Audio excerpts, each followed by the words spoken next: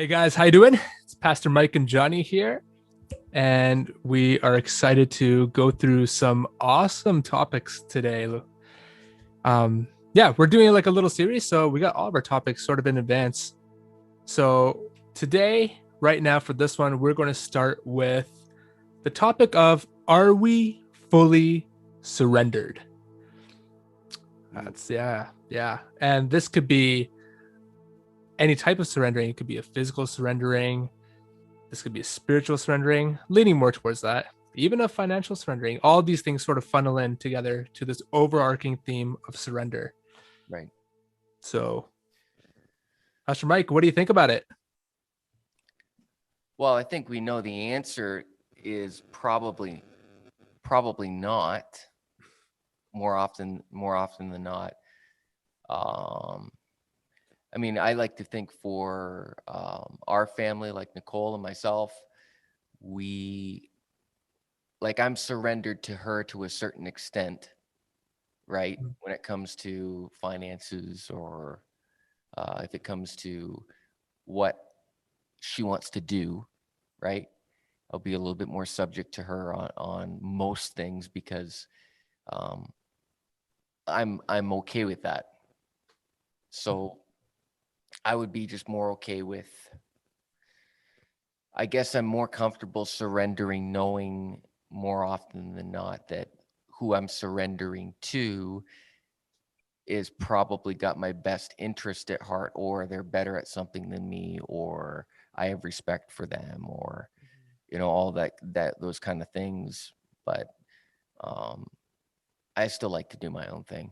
Let's be honest. Yeah, Like that's just how I'm wired, right? So I mean, I think absolutely. most people would be. I would say that I'm probably I would be more surrendered to whatever somebody else wants to do as far as like um if they wanted to go to a restaurant or something like that, or they wanted to go do something fun, I would just be down. Like Yeah. I would have no problem just tagging along and doing whatever. Mm. I would be cool with that. Probably wouldn't make a big fuss about that or try and get my way. I would be more closed off. Um, Probably in the area of just I don't even know. I don't know. Like I probably would be closed off in the area of music.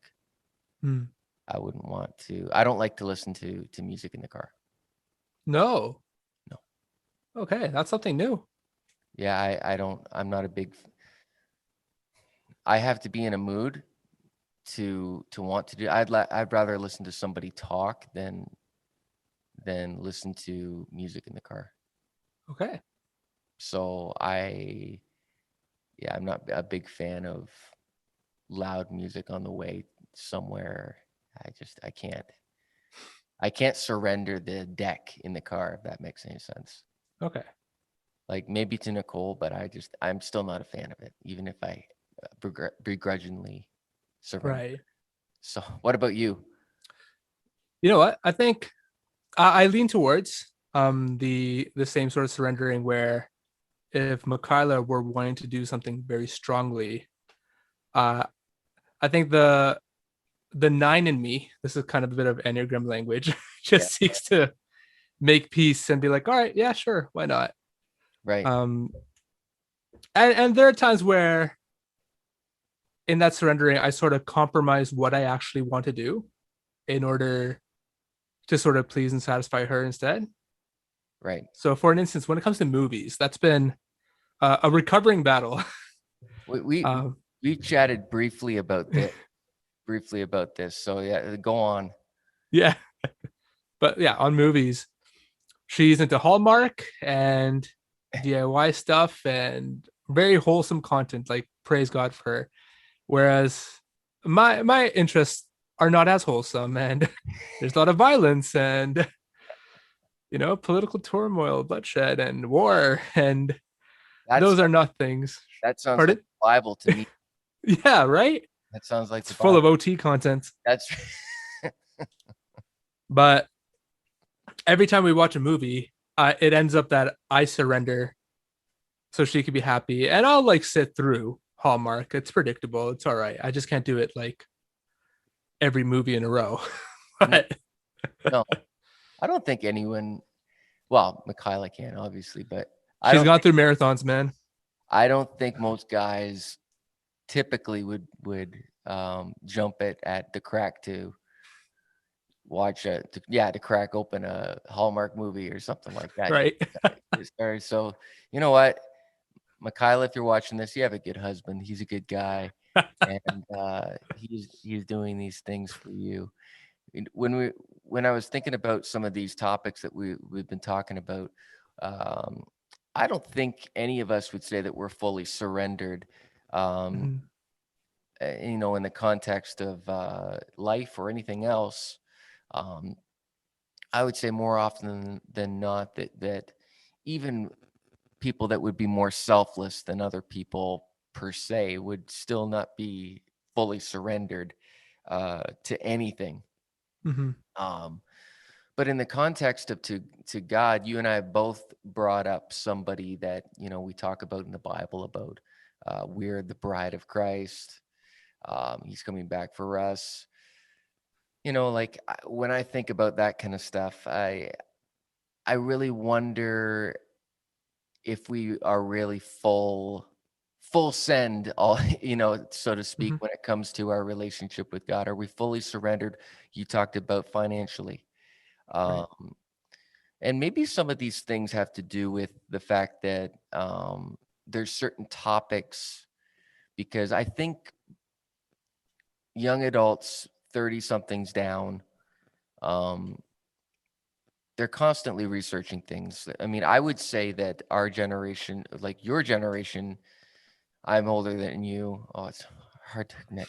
Um, and my generation, your generation, and down would have a lot of knowledge, but I Mhm. think that we could use a lot of wisdom in areas like Google has given us such a great access to knowledge and how to do things, and but there's not a lot of wisdom as to the why. Mhm. Like I don't know if you've ever gone into a house, or you've been in an open house or something like that, and then Mhm. you walk in and then you see something where you're like, what was the owner thinking doing that? Why did they design that way? But I guarantee you, if you brought the owner like into the room with you, they would probably have some explanation as to why they were doing what they were doing. And I'm bringing all this kind of stuff up to say that I think that when it comes to financially, when it comes to spiritually, our generations would be very much kind of, yeah, but why do we need to do that? Mhm. Where other generations would be more willing to just be like, okay, well, we don't need to know the why. We're just taught to respect this way. And when there's not a whole bunch of information at people's disposal that would be contrary to why we would do something or surrender to somebody, or if you want to bring COVID into this, which we always do, well, Mhm. do you get the vaccine or do you not get the vaccine? Or do you surrender to this side of the fence or the other side of the fence? Right. And it's the idea of choice, which, to be quite honest, Westerners have that luxury. Absolutely. So I Mhm. think that I think surrender is hard for a lot of people, but I think especially for people our age and that are Westerners born here, and um, because we have a very multicultural church, so when I see people on Sundays that are surrendered in worship, and they're dancing or they're doing other things, more often than not, they're cultured. Mhm. Um, and I think it's because their view of surrender to God is different. Right.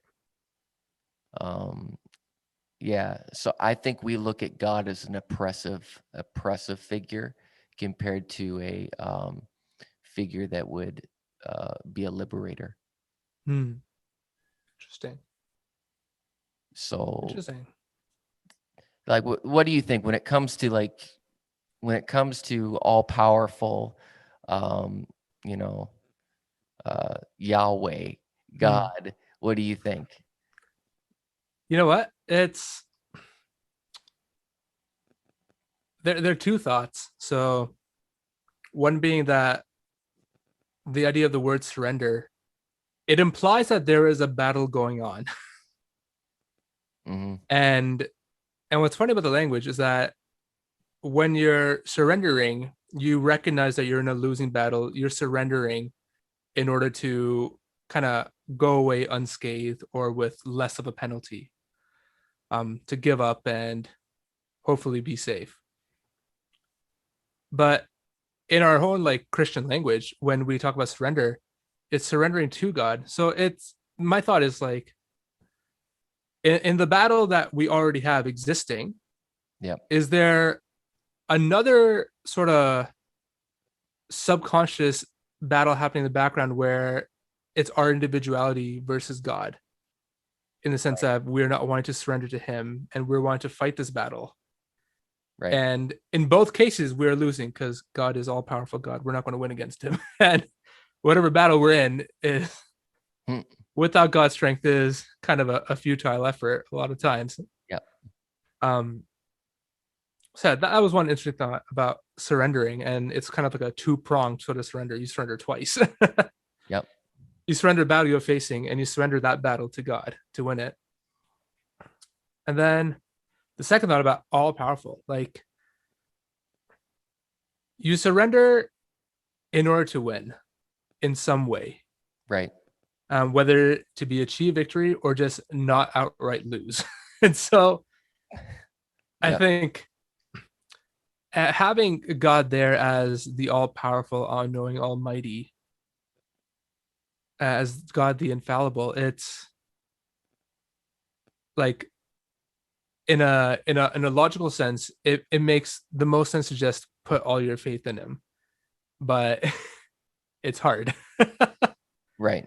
It is hard. I think the little tensions that we feel in our own battles kind of overtake the overarching knowledge and understanding we have of God. It's like, I know God is the most powerful. I know God's Yeah. got this, you know? And Absolutely. but then there are moments like, oh, this thing hit me. Yikes, that's totally taken all my attention away.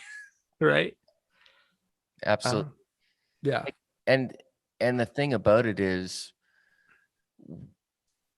I guess in one sense, it's a little easier to in one sense, it's a little easier to surrender to someone who knows about surrender. So God never knew about surrender Mhm. until uh until Jesus was fully God, fully man. Right. If you want to look at it that way. Now we know God's all knowing, but I mean actually experiencing surrender. Mhm. He surrendered to his captives. He surrendered to the will of the Father Yep. and the plan. And so Jesus isn't asking us to do anything he hasn't already done, I guess Mhm. is what I'm trying to say. Absolutely. So that makes it okay. I'm going to commit myself to the plan, whatever that would be. And so, I mean, that softens the blow, but I mean, Paul talks about that the flesh being um, contrary to the spirit, and there's always this constant battle. And Mhm. I Paul's talking about I always want to do what is right, but I cannot do what is right. And what's awesome is he worded it even thousands of years ago to what we can still grab a hold of, and I think we would all echo that people would want to do the right thing, Mhm. but they can't. And Absolutely. yeah, surrender is tough. Surrender is tough on so many levels, and I think that it will never be fully surrendered. But and an interesting thing I I just say that because it's just the truth. Until Jesus comes back, we're always going to be in that fight of, Absolutely. surrender. But what do you guys think?